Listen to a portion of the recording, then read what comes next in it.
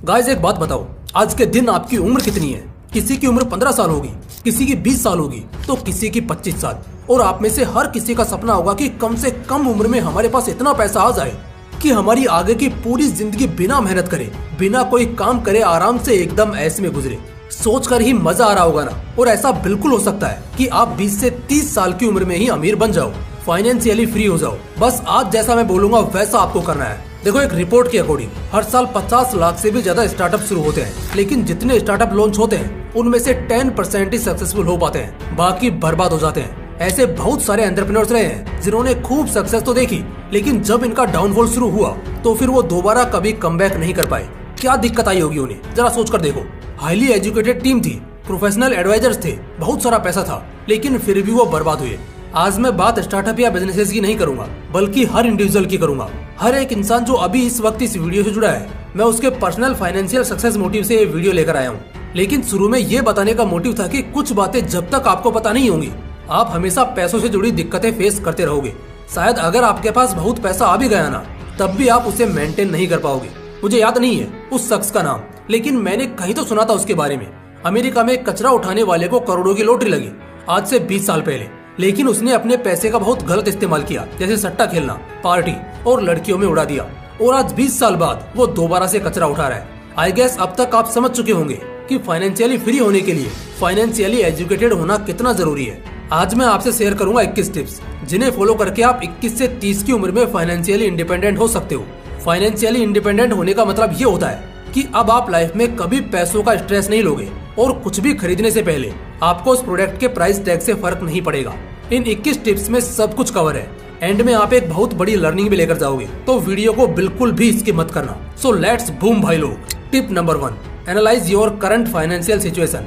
अगर मैं आपसे पूछूं कि आपकी नेटवर्थ क्या है, 2 लाख, 2.5 लाख या शायद 5 लाख, ये कमाई है जो शायद आप 1 साल में करते हैं, तो शुरुआत अपने फाइनेंशियल कंडीशन को एनालाइज करने से करनी है। आप कहां पहुंचना चाहते हो ये रेक्टिफाई कीजिए, और आज आप कहां हैं। जब आप अपने आज के नेट इनकम को एनालाइज करोगे तो आपको बहुत सारी चीजें पता चलेंगी जो आपके माइंड सेट पर बड़ा इम्पैक्ट डालेंगे। जैसे आपके खर्चे कितने हैं, आप बचा कितना पा रहे हो, आपके पास सेफ्टी ऑप्शंस कितने हैं, और आप बिना कमाए कितने टाइम तक आराम से सर्वाइव कर जाओगे। तो इस चीज को फिगर आउट करो, जो कि पहला स्टेप होगा इस ट्रैक पर आगे बढ़ने का। Tip number 2, build connections. अगर अमीर बनना है ना, तो अमीर लोगों से कनेक्शंस बनाना शुरू करो। लॉयर्स, डॉक्टर्स, चार्टेड अकाउंटेंट्स, ऐसे लोग जिन्हें इनकी भरपूर नॉलेज है।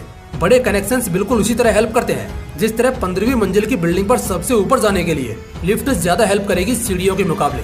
मेहनत कम, टाइम कम और तरक्की बहुत ज्यादा। कनेक्शंस बनाना बहुत डिफिकल्ट नहीं है, बस अपने कम्युनिकेशन और माइंड सेट को इम्प्रूव करो और खुद को उस एनवायरमेंट में ढालना शुरू करो। आज की जो बिलो एवरेज मेंटेलिटी की पब्लिक है, उनसे खुद को दूर करो, आपको एक अलग ही चेंज देखने को मिलेगा। Tip number 3, invest in yourself. Robert Kiyosaki ने कहा था, investing in yourself is the biggest asset than any other else. खुद में की गई इन्वेस्टमेंट सबसे बड़ी संपत्ति है। मुकेश अंबानी के पास अगर 10 लाख करोड़ की संपत्ति है ना, तो कम से कम 11 लाख करोड़ की उनकी मानसिकता है। हमेशा आप कितना कमाओगे ये आपके अप स्किल पर डिपेंड करेगा, यानी आप कितना वाइडली सोच सकते हो, जा सकते हो। खुद पर इन्वेस्टिंग आप कुछ इस तरह से कर सकते हो। टेक्नोलॉजी के ट्रेनिंग प्रोग्राम ज्वाइन करना, शेयर मार्केट के किसी एक्सपर्ट के अंडर रहकर चीजों को स्टडी करना, सोशल और सेल्स स्किल सीखना, ट्रेवल करना। स्किल से सीधा बैंक में पैसा नहीं देती, बल्कि आपको आजाद करती है। इससे बहुत सारी चीजें आप कर सकते हैं, जिससे शायद एक आम आदमी जहां 40 साल बाद पहुंचेगा, वहां आप 4 साल में पहुंच जाओगे। Tip number 4, avoid credit and credit card. उधार लेना जितना आसान होता है, उसे चुकाना उतना ही मुश्किल होता है। एक उधार को चुकाने के लिए हम दूसरा उधार लेते हैं, और इस तरह एक समय के बाद हमारे ऊपर कर्ज इतना बढ़ जाता है कि आदमी कर्ज से निकलने का ही सपना देखने लगता है, और इसी से निकलने में उसकी अच्छी खासी जिंदगी या पूरी उम्र निकल जाती है। मैंने क्रेडिट और क्रेडिट कार्ड दोनों की बात की है। क्रेडिट कार्ड कहने को तो दोस्त भी है और दुश्मन भी। दोस्त उनका जो डिसिप्लिन्ड है, और मुझे पता है शायद आप नहीं हो, इसलिए उसे हाथ भी मत लगाओ। उधार और क्रेडिट कार्ड बहुत इमरजेंसी में इस्तेमाल करो, वरना और गरीब हो जाओगे। टिप नंबर 5, अवॉइड गैम्बलिंग और बेट्स। जो लोग सट्टेबाजी के चक्कर में पड़ते हैं, वो कभी इससे निकल नहीं पाते। इसमें आदमी जब तक खुद की कमाई लगा रहा है, तब तक तो फिर भी ठीक है। बड़ी दिक्कत तब हो जाती है जब आदमी उधार लेकर लगाता है, इस इंटेंशन से कि सब कुछ कवर कर लेगा, जबकि कुछ कर नहीं पाता, बल्कि और फंसता चला जाता है। तो ऐसे किसी भी चीज में आपको नहीं फंसना है। Tip number 6, increase source of income. हम सबके फंडे बहुत अलग है जिंदगी जीने के। ऐसे में एक बात बहुत क्लियर बताना चाहता हूँ, अगर आपको वाकई में अमीर होना है तो आप कभी भी एक जॉब करके अमीर नहीं हो पाओगे। जरूरी नहीं है कि आप बिजनेस ही करें, लेकिन ऐसे मल्टीपल ऑप्शंस क्रिएट करके आप अपने लिए सैलरी के बदले बहुत सारी सैलरीज जनरेट कर सकते हैं। Multiple source of income at a time ही आपको एक पावरफुल फिगर देगा। इसलिए अपने आप को अपस्किल करके ज्यादा से ज्यादा चीजों के साथ आना शुरू कीजिए। Tip number 7, convert your active into passive income. काम लेना है, कुछ समय करना है, फिर उसे दूसरों को सिखाना है और उन्हें हैंडओवर कर देना है और फिर नया काम लेना है। ये होता है जब हम अपने एक्टिव को पैसिव इनकम में कन्वर्ट करते हैं। बड़े बड़े इन्फ्लुएंसर्स, बिजनेसमैन यही तो प्रोसेस देखते हैं। उन्हें पता है लोगों का इस्तेमाल करके पैसे कैसे कमाए जा सकते हैं। एक ही काम पर अगर एक्टिवली टिके रह गए तो 1 लाख का शायद 1 लाख ही रह जाएगा, वो करोड़ तक कभी नहीं पहुंच पाएगा। लेकिन जब वो ऐसे छोटे छोटे डिविडेंड्स अपने लिए तैयार कर लेंगे तो ये चीजें उनकी गैर मौजूदगी में भी उन्हें पैसा देती रहेगी, जिससे इनकी इनकम की कंपाउंडिंग होगी, वो भी हर महीने, और ये चीजें इन्हें खूब अमीर करेंगी। Tip number 8, invest in real estates.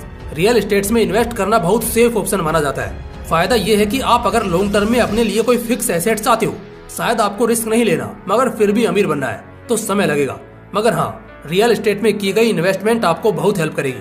कुछ लोग ना इसमें भी मास्टरमाइंड होते हैं। वो प्रॉपर्टी की बहुत अच्छी खासी जानकारी रखते हैं, जिससे उन्हें फ्यूचर में होने वाले वैल्यूज का पता आज की डेट में लगभग हो जाता है। ऐसा ना अंदाजा होना जरूरी है और ये चीजें रिसर्च और एक्सपीरियंस से आएंगी। तो अभी के लिए फॉर इनिशियल रियल एस्टेट में इन्वेस्टमेंट शायद रिच ना करे, लेकिन 10 को बाद मल्टीपल इन्वेस्टमेंट वेल्थी जरूर कर देगा। Tip number 9, upgrade yourself by 10x every year. हर तरह से खुद को हर साल 10 गुना तक अपग्रेड करो, बिजनेसमैन की तरह। बिजनेसमैन यही तो करते हैं। गौतम अडानी मुकेश अंबानी से पीछे थे। जहां मुकेश अंबानी $50 बिलियन की वेल्थ के साथ टॉप पर थे, वहीं अडानी $9 बिलियन के आसपास थे। लेकिन आखिर कैसे पिछले साल उन्होंने इतने बड़े डिस्टेंस को कवर अप कर लिया? अगर आपके पास कोई एसेट नहीं है इन बिजनेसमैन की तरह, तो मेरे भाई आप खुद ही एक एसेट हो। अगर आप खुद के मेंटालिटी को, पर्सनैलिटी को और स्किल्स को हर साल 10 गुना अपग्रेड करते चले जाओगे, तो अगले 5 साल बाद ही ये आपको इतना बड़ा रिटर्न देगा, जिसके सामने करोड़ों रुपए का मुनाफा भी छोटा लगेगा। इसलिए हर साल खुद को अपग्रेड करो। Tip number 10, invest in long run games as startups. दोस्तों, आलिया भट्ट ने 2020 में नायका में 5 करोड़ का इन्वेस्टमेंट किया था और ठीक इसके 1 साल बाद उनके 5 करोड़ के शेयर्स की कीमत 53 करोड़ पहुंच गई। ये बात अलग है कि स्टार्टअप्स में इन्वेस्ट करना रिस्की है, लेकिन इसमें बहुत बड़ा स्कोप है। इसी वजह से जितने भी बड़े बिजनेसमैन होते हैं, वो छोटे मोटे गेम में पार्टिसिपेट नहीं करते, बल्कि बड़ा खेलते हैं। स्टार्टअप्स में उनके मिलियन और बिलियन डॉलर्स का इन्वेस्टमेंट लगा होता है, जो कि उन्हें बहुत वेल्थी बनाता है। लेकिन दोस्तों, आप छोटी शुरुआत जरूर कर सकते हो। थोड़ा रिसर्च और मेहनत लगेगी और कुछ एक्सपीरियंसेस को पढ़ना शुरू करो, जिससे आप ऐसे मार्केट में इन्वेस्ट करोगे जिससे आप कुछ सालों में काफी अमीर बन सकते हो। Tip number 11, investment in government bonds. Government her financial year में बहुत सारे प्रोजेक्ट शुरू करती है। अब क्योंकि ये खुद गवर्नमेंट का प्रोजेक्ट है, तो सिक्योरिटी का तो कोई टेंशन नहीं है। आप उन प्रोजेक्ट्स में इन्वेस्ट कर सकते हो और हर साल रॉयल्टी के नाम पर आपको उन प्रोजेक्ट से रिटर्न मिलता रहेगा और साथ ही आपका इन्वेस्टमेंट वैल्यू भी बढ़ेगा। गवर्नमेंट बॉन्ड्स में इन्वेस्ट करना बहुत ही स्मार्ट मूव होगा, लेकिन इसके लिए टेक्निकलिटीज की थोड़ी जानकारी होनी चाहिए। Tip number 12, insurance is the best assurance. दोस्तों, एक बहुत बड़ा बिजनेसमैन था। वो शिप से एक्सपोर्ट और इम्पोर्ट किया करता था। एक बार एक बहुत बड़ा डिजास्टर हुआ, जिसमें शिप तहस नहस हो गया। करोड़ों के प्रोडक्ट्स थे, लेकिन स्टिल कोई नुकसान नहीं हुआ। बताओ कैसे? ऐसा इसलिए क्योंकि उसने अपने उन प्रोडक्ट्स का इंश्योरेंस कराया था। उसको क्लेम मिल गया और उसने बहुत सारा लॉस बचा लिया। एक शार्प बिजनेसमैन या फाइनेंशियली स्मार्ट इंसान सिर्फ प्रॉफिट कमाना ही नहीं, बल्कि लॉस को भी कम करना जानता है। मिडिल क्लास लोग इंश्योरेंस ना लेकर देर से ही सही, लेकिन फिजूल में बहुत सारा पैसा बाद में बर्बाद कर ही देते हैं, जो कि मुझे लगता है अगर पहले कर लिया जाए तो बहुत बेहतर रहेगा। इसलिए अगर आप थोड़ी भी अच्छी कंडीशन में हो तो इंश्योरेंस जरूर कीजिए। Tip number 13, budgeting. सपोज एक बड़ी सी बिल्डिंग बनानी है, तो क्या वो अपने आप खड़ी हो जाएगी? क्या कैसे भी बनाओगे तो चल जाएगा? पहले 10वें फ्लोर का काम शुरू करोगे तो क्या चलेगा? नहीं, उसके लिए पहले डिजाइन रेडी करना होगा, हर चीज फिक्स करनी होगी, हर चीज को सेट करना होगा, नहीं तो बिल्डिंग बनने से पहले ही गिर जाएगी। इसी तरह अगर फाइनेंशियल क्राइसिस नहीं फेस करना चाहते हो तो बजटिंग करना शुरू करो। पैसे कहाँ, कब और कैसे यूज करने हैं, इसे प्रॉपर प्लान करो। और जब तक तुम एलीट स्टैंडर्ड में नहीं पहुंच जाते हो, तब तक खर्च को कम और पैसे को सिर्फ और सिर्फ बढ़ाने पर दिमाग लगाओ। इसे प्रॉपर बजटिंग कहते हैं, जहां खर्च कम और कमाई ज्यादा हो। Tip number 14, diversify your investments. दोस्तों, अपने इन्वेस्टमेंट्स को डाइवर्सिफाई करना शुरू करो। डाइवर्सिफाई करना एक रिस्क मैनेजमेंट स्ट्रेटेजी होती है, जिससे आपका फायदा तो ज्यादा होता है, प्लस नुकसान होने के चांसेस भी बहुत कम होते हैं। इसका ये मतलब होता है कि किसी भी एक एसेट में पैसा लगाने से बेहतर है अलग अलग एसेट क्लास में पैसा लगाया जाए।